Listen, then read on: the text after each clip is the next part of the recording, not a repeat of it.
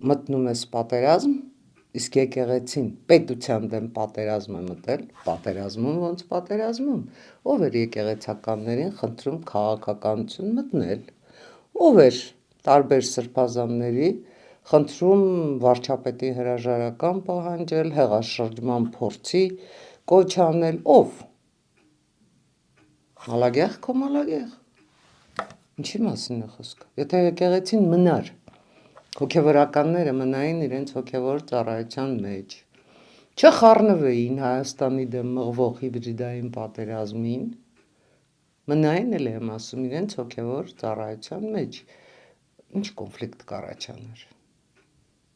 պարզապես եկեղեցին մտավ իշխանության դեմ պայքար, որը կազմակերպվում է ոչ Հայաստանի Հանրապետությունում, պայքար, որը ուղղորդվում է դրսից, ու դա